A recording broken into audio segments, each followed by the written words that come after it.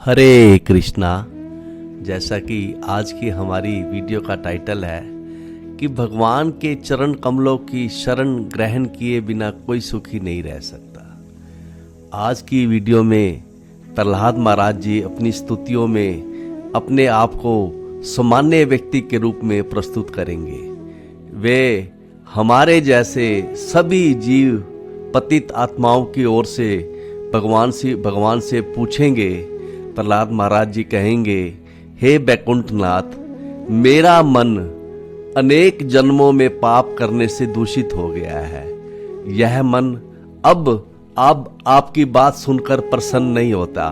प्रहलाद महाराज जी कहेंगे कि हे प्रभु, मन के साथ साथ हमारी इंद्रियां भी दूषित हैं और सब इंद्रियां अपने अपने इंद्रिय विषय की मांग करती हैं।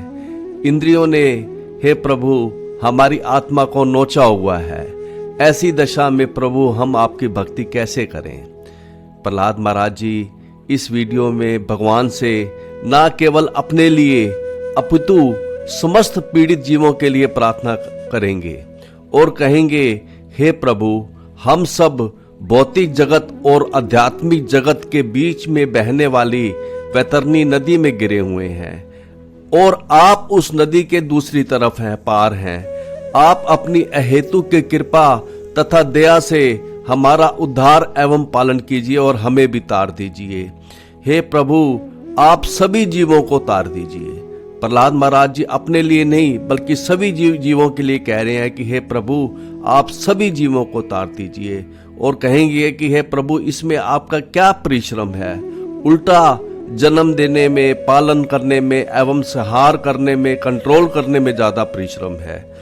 वो ये कहेंगे कि हे प्रभु, आप सभी जीवों को अपने धाम ले चलिए।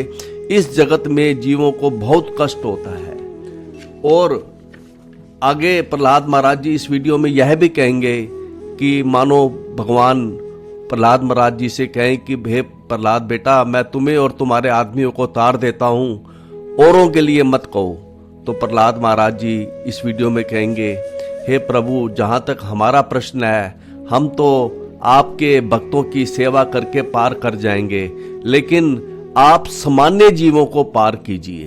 प्रहलाद महाराज जी कहेंगे कि हे प्रभु, मैं इस संसार से दुखी नहीं हूं, क्योंकि मेरा चित्त तो आपकी लीला कथा में लगा हुआ है जो कि महाअमृत है। मैं उन लोगों के लिए शोक करता हूं जो आपकी कथा से विमुख है।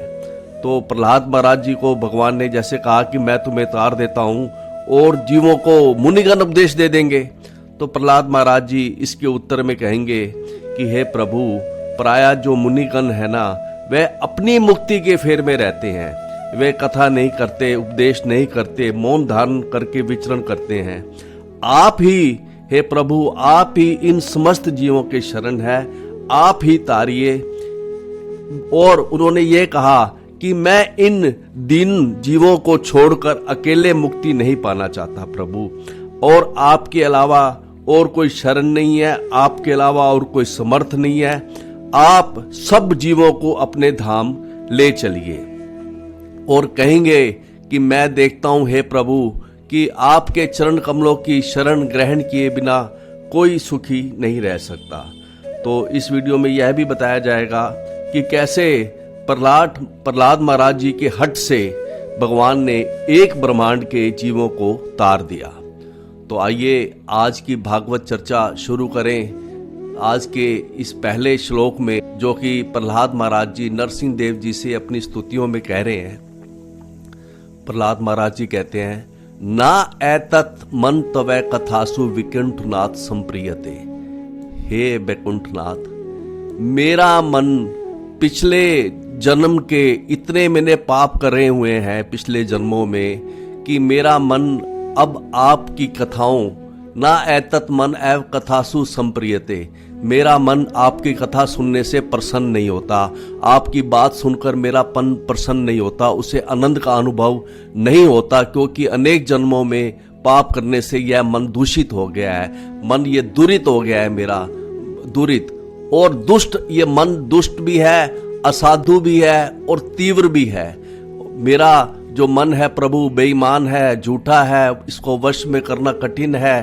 काम आतुरम, हमेशा इसमें विभिन्न प्रकार की इच्छाएं रहती है, और कभी मेरे मन में हर्ष आ जाता है और कभी ये शोक आ जाता है, कभी भय आ जाता है, कभी ये इच्छाओं से दुखी हो जाता है, इच्छा द्वारा आर्तम दुखी हो जाता है। तो प्रभु मेरी ऐसी दशा है, ऐसी दशा में तस्मिन कथम, आपकी कार्यकलापों की व्याख्या करने में मैं कैसे सफल हो सकता हूँ प्रभु, मैं भी दीन हूँ। और इस तरह से वो प्रहलाद महाराज जी इस तरह से पहली स्तुति में अपने आप को सब जीवों के रिप्रेजेंटेटिव के रूप में भगवान से प्रार्थना कर रहे हैं। इसके अर्थ में गुरु महाराज जी लिखते हैं कि हे प्रहलाद महाराज जी कहते हैं कि हे चिंता रहित बैकुंठ लोकों के स्वामी, हे बैकुंठपति, मेरा मन अत्यंत पापी तथा कामी है। कभी यह सुखी कहलाता है तो कभी दुखी है। मेरा मन शोक तथा भय से भी पूर्ण है, सदैव अधिकाधिक धन की खोज में रहता है। इस तरह यह अत्यधिक दूषित हो गया है और आपकी कथाओं में कभी तुष्ट नहीं होता। इसको आपकी कथाओं में इसका मन नहीं लगता, आपकी कथाओं में इसको आनंद नहीं आता। अतः मैं अत्यंत पतित तथा दलित हूँ। भला ऐसी जीवन स्थिति में आपके कार्यकलापों की व्याख्या किस करने में किस तरह समर्थ हो सकता हूँ।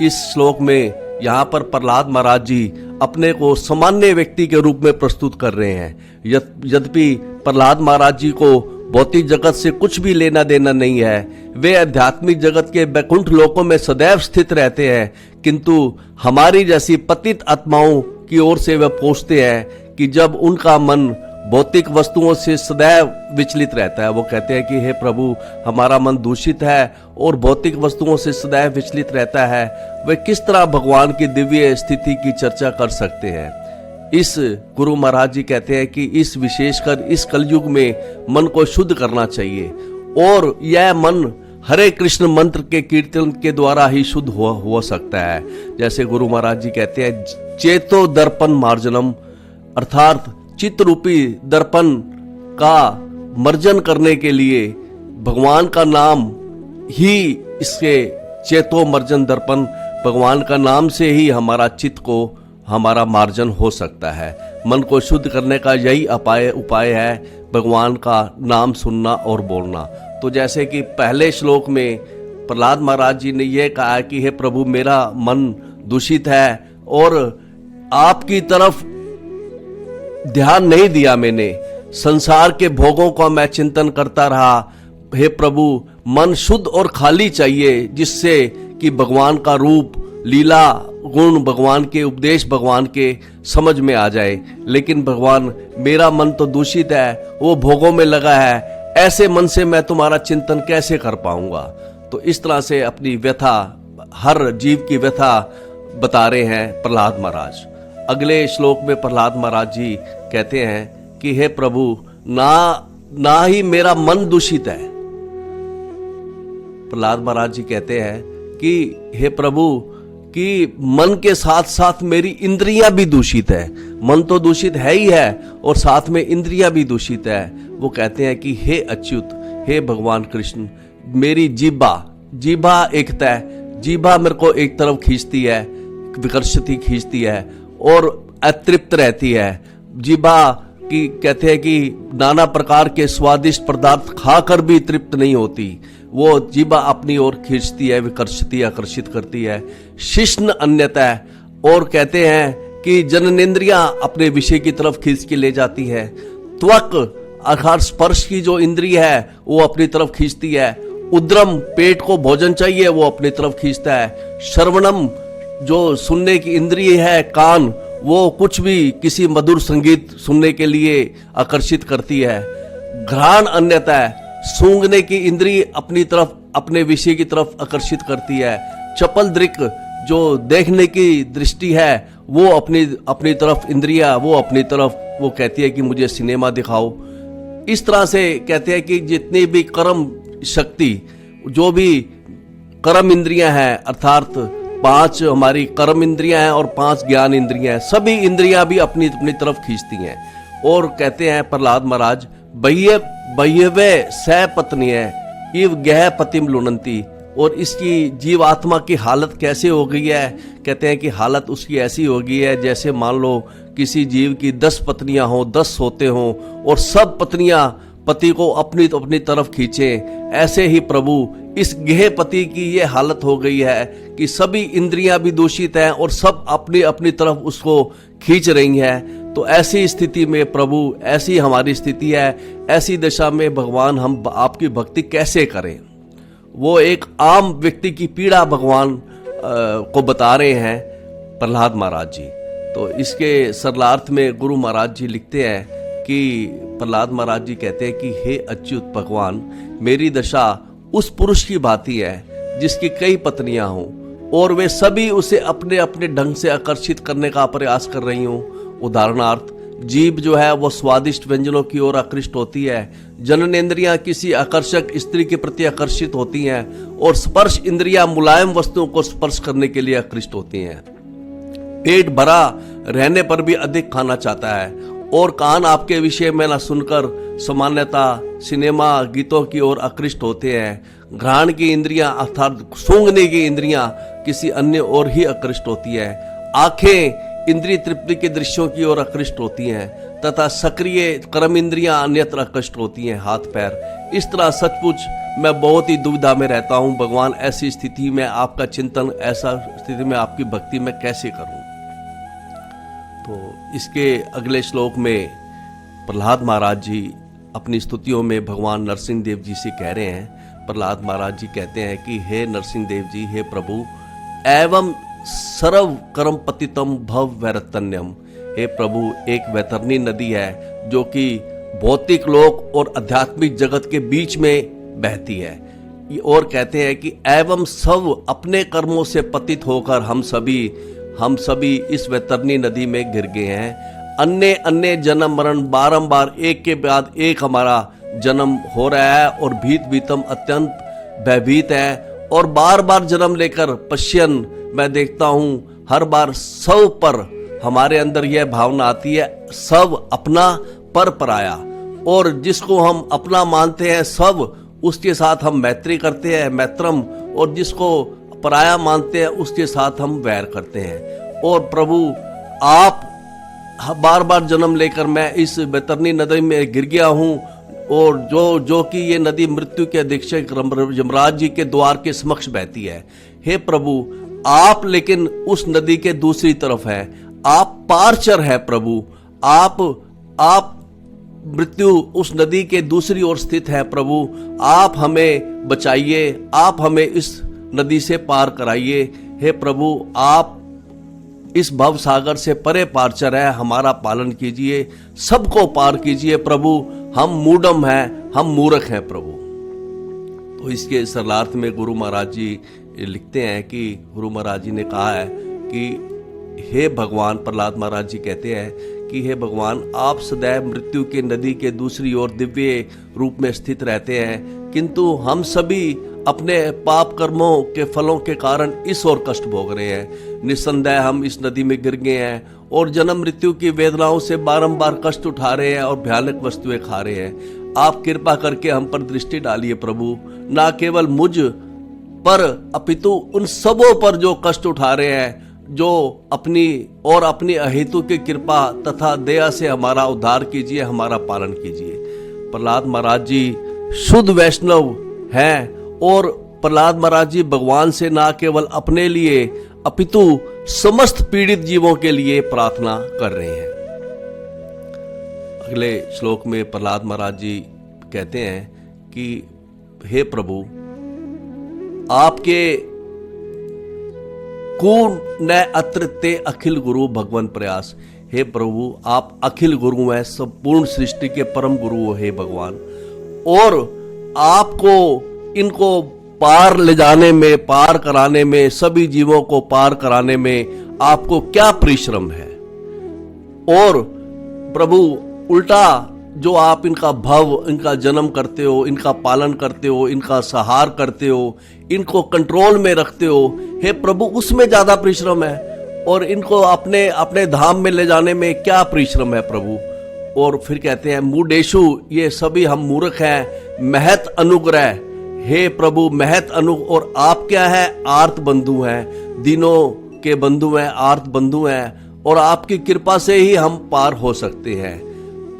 और आगे कहते हैं किम तेन ते प्रिय जनान अनुसेवतामना।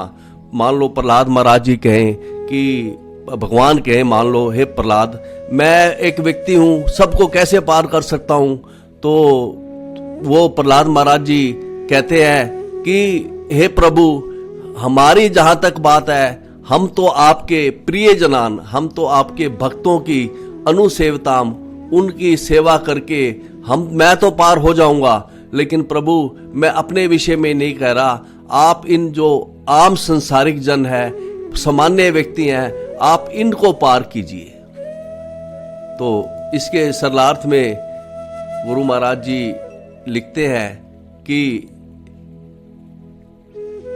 हे परमेश्वर, प्रहलाद महाराज जी कहते हैं, हे परमेश्वर, हे सतत समग्र जगत के आदि तथा आध्यात्मिक गुरु, आप ब्रह्मांड के कार्यों के प्रबंधक हैं। अतएव आपकी सेवा में लगे हुए पतित आत्माओं का उद्धार करने में आपको कौन सी कठिनाई है? कहते हैं कि पार करने में तो कोई कठिनाई नहीं है। प्रहलाद महाराज जी कह रहे हैं, उल्टा खिलाने पिलाने, उनको जन्म देने, उनका सहार करने, उनको कंट्रोल करने में ज्यादा कठिनाई है। हे प्रभु, आप सभी दुखी मानवता के मित्र हैं और महापुरुषों के लिए मूर्खों पर दया दिखलाना आवश्यक है। अतएव मैं यह सोचता हूं कि आप हम जैसे मनुष्यों पर हेतु की कृपा प्रदर्शित करेंगे जो आपकी सेवा में लगे हुए हैं। इस श्लोक में प्रहलाद महाराज जी भगवान को कह रहे हैं कि हे प्रभु, आपको सब जीवों को पार करने में क्या परिश्रम है? इससे पहले कि हमने अध्यायों में देखा था कि पहले वो असुर बालकों को जब प्रहलाद महाराज जी उपदेश कर रहे थे तो असुर बालकों को कह रहे थे कि भगवान की भक्ति में क्या परिश्रम है, हरि उपासना में क्या परिश्रम है। भगवान तो हर जगह सुलभ है, जैसे आकाश हर तरफ सुलभ है, आकाश की तरह भगवान हमारी हृदय में रहते हैं, भगवान आकाश की तरह सुलभ है। और असुर बालकों को प्रहलाद महाराज जी कह रहे हैं कि भगवान की भक्ति में क्या परिश्रम है, और भगवान को कह रहे हैं कि सभी जीवों को पार कराने में आपका क्या परिश्रम है। तो प्रहलाद महाराज जी जीव के साथ भगवान का साक्ष्य करा रहे हैं, जीव, ताकि जीव भगवान को समझे और भगवान जीव की दशा को समझे कि जीव कितना परेशान है इस जगत में, दोनों से प्रेम करे। तो प्रहलाद महाराज जी ऐसी बात बोल रहे हैं जिससे जीवों का तो भगवान में प्रेम हो, और भगवान को ऐसी बात कह रहे हैं कि उनको जीवों के प्रति दया आ जाए, दोनों का मेल करा रहे हैं। प्रहलाद महाराज वो कहते हैं कि मैं तो हे प्रभु किसी भगत की सेवा में लगना चाहता हूं। वे कहते हैं कि हे प्रभु, मुझे अपने प्रिय भगत की शरण दे दो जिससे मैं उनकी सेवा कर सकूं और आपको प्रसन्न कर पाऊं। तो भगवान ने भी गीता के एक भागवत के श्लोक में क्या कहा है कि मेरी भक्ति की अपेक्षा मेरे भगत की सेवा में लगना का प्रयास करना श्रेष्ठ है। तो यही वो कह रहे हैं कि मैं आपके भक्तों में, जहां तक मेरा प्रश्न है, मैं तो आपके भक्तों की सेवा करके मैं तो पार हो जाऊंगा। तो अगले श्लोक में प्रहलाद महाराज जी अपनी स्तुतियों में आगे कह रहे हैं कि वो कहते हैं कि हे प्रभु, ना एव उद्विजय पर दुरत्य वैतरण्या। वो कहते हैं कि हे प्रभु, मैं इस संसार से उद्विग्न नहीं हूं। हालांकि इस वैतरणी को, नदी को पार करना प्रभु बहुत कठिन है, लेकिन त्वत् वीर्य गायन महा अमृत मगन चित। लेकिन प्रभु, मैं तो आपकी लीला कथा में, महा अमृत में, जो लीला कथा जो आपकी महा अमृत है, हे प्रभु, त्वत् वीर्य गायन जो आपकी लीला कथा है, जो कि महा अमृत है, उसी में मेरा चित्त मगन है पड़ा। तो मैं तो इस संसार से भयभीत नहीं हूं बिल्कुल भी, है ना। और कहते हैं कि हे प्रभु, सोचे तत् विमुख चेतसा इंद्रिय अर्थ है। मैं तो उनके लिए शोक कर रहा हूं जो आपकी कथा से विमुख रहते हैं, आपकी कथा में उनके लोगों के लिए शोक कर रहा हूं जो इंद्रियों भोगों में लगे हुए हैं। मैं उनके लिए, वो जो आपकी कथा से विमुख है, मैं उनके लिए मुझे शोक है। और माया सुख आए और इंद्रियों भोगों में लगे हैं, माया सुख आए, माया सुख के पीछे पड़े हैं जो कि वास्तव में सुख नहीं है। भरम उद्भवतः विमूढ़ान, ऐसे जो विमूढ़ लोग हैं, जो गधे की तरह हैं, अपनी घर गृहस्थी का भार ढो रहे हैं और आपकी कथाओं से विमुख है, मेरे को उनके लिए मैं ज्यादा परेशान हो रहा हूं, उनके लिए मैं शोक कर रहा हूं। भगवान गुरु महाराज जी कहते हैं कि भगवान की कथा सुनना, भागवत पढ़ना, नाम बोलना, यही ही सब महाअमृत है। तो इस श्लोक के अर्थ में गुरु महाराज जी ने कहा है, गुरु महाराज जी कहते हैं, प्रहलाद महाराज जी कहा कि हे श्रेष्ठ महापुरुष, मैं भौतिक जगत से तनिक भी भयभीत नहीं हूँ, क्योंकि मैं जहाँ कहीं भी ठहरता हूँ आपके यश तथा कार्यकलापों के विचारों में लीन रहता हूँ। मैं एकमात्र उन मूर्खों तथा धूर्तों के लिए चिंतित हूँ जो भौतिक सुख के लिए तथा अपने परिवार, समाज तथा देश के पालन हेतु बड़ी बड़ी योजनाएं बनाते हैं। मैं मात्र उनके प्रति प्रेम के बारे में चिंतित हूँ। जैसा कि गुरु महाराज जी ने पहले भी बताया है कि भौतिक तथा आध्यात्मिक लोकों के बीच में वैतरणी नामक नदी बहती है और इसके दूसरी ओर अर्थात आध्यात्मिक जगत में पहुंचने के लिए इस नदी को पार करना होता है और इसे पार करना बड़ा दुष्कर है और भगवान की दया के बिना कोई भी इससे पार नहीं पा सकता। प्रहलाद महाराज जी कहते हैं कि हे प्रभु, इतने सारे भौतिकतावादी जीव अपनी अपनी योजनाएं बनाते रहते हैं और इस भौतिक संसार में ही सुखी होने का प्रयास करते रहते हैं, जबकि वो इस संसार में सुखी नहीं हो सकते। प्रहलाद महाराज जी इस श्लोक में सुखी भी हैं, दुखी भी हैं। वह खुद तो सुखी हैं क्योंकि वो कहते हैं कि मेरा मन जो है भगवान आपकी लीला कथा में लगा हुआ है, मगन है, लेकिन और जो दूसरे लोग हैं, सामान्य जीव हैं, उनके लिए वो दुखी हैं कि उनको भाई वो विमुख चेतस हैं, वो भगवान की कथाओं से विमुख हैं। तो अगले श्लोक में प्रहलाद महाराज जी अपनी स्तुतियों में कहते हैं कि मानो भगवान उससे कहे, हे प्रहलाद बेटा, मैं तुमको तो पार कर देता हूं और औरों जनों को, और जन जो मुनिगण है वो उनको उपदेश करेंगे और वो उनको मुनिगण पार करेंगे, मैं तुम्हारे को पार कर देता हूं। तो उसके उत्तर में प्रहलाद महाराज जी कहते हैं कि प्रायन देव मुनिय सब विमुक्ति कामा। हे प्रभु, प्राय ये मुनिगण जो होते हैं ये सब विमुक्ति कामा, ये इनको अपनी मुक्ति के फेर में लगे रहते हैं, वे अपनी मुक्ति के ही पीछे लगे रहते हैं, मौन रहते हैं और विचरण करते रहते हैं, जैसे हिमालय पर्वत में जहाँ भौतिकतावादी के कार्यकलापों से कोई संपर्क नहीं रहता, एकांत स्थान में रहते हैं। ना पर अर्थनिष्ठा, उनको कोई इंटरेस्ट नहीं है कि दूसरे लोग को मुक्ति मिले या ना मिला, वो दूसरे के लिए लाभ के लिए वो काम नहीं करते, ऐसा प्राय देखा गया है। तो कहते हैं कि ना एतान विहाय। प्रहलाद महाराज जी क्या कहते हैं कि ये प्रभु, जो ये सामान्य जीव हैं, हमारे जैसे जीव है, ना एतान विहाय, इनको छोड़कर विमक्षु एके, मैं अकेला मुक्ति प्राप्त नहीं करना चाहता। और कहते हैं कि ना अन्यम तवत अस्य शरणम भ्रमत अनुपश्ये। हे प्रभु, मैंने ये देख लिया है कि इस संसार में भ्रमण करते हुए ब्रह्मांड में घूमने वाले और भटकने वालों जीवों को के लिए ना अन्यम, और आपके अलावा कोई शरण नहीं है, आपके चरण कमलों के अलावा कोई शरण नहीं है। आप ही वो कहते हैं कि हे प्रभु, आपने कहा है कि मुनिजन उपदेश करेंगे। हे प्रभु, मुनिगण जो है वो तो प्राय अपनी मुक्ति के फेर में है, वह कथा नहीं कहते, उपदेश नहीं करते, मौन धारण करते हैं, एकांत में रहते हैं, और आप ही इन जीवों के शरण है, आप ही तारिए। और ये कहते हैं कि हे प्रभु, मैं इन दीनहीनों को छोड़कर अकेले मुक्त नहीं होना चाहता, आपके अलावा कोई शरण नहीं है, कोई समर्थ नहीं है, और आप ही इन सब को अपने धाम ले जाइए। तो इसके सरलार्थ में गुरु महाराज जी कहते हैं कि प्रहलाद महाराज जी ने कहा, हे भगवान नरसिंह देव, मैं देख रहा हूँ कि संत पुरुष तो अनेक हैं, किंतु वे अपनी ही मोक्ष में रुचि रखते हैं। वे बड़े बड़े नगरों की परवाह ना करते हुए मौन व्रत धारण करने के लिए हिमालय या वन में चले जाते हैं। वे दूसरों की मुक्ति में रुचि नहीं रखते।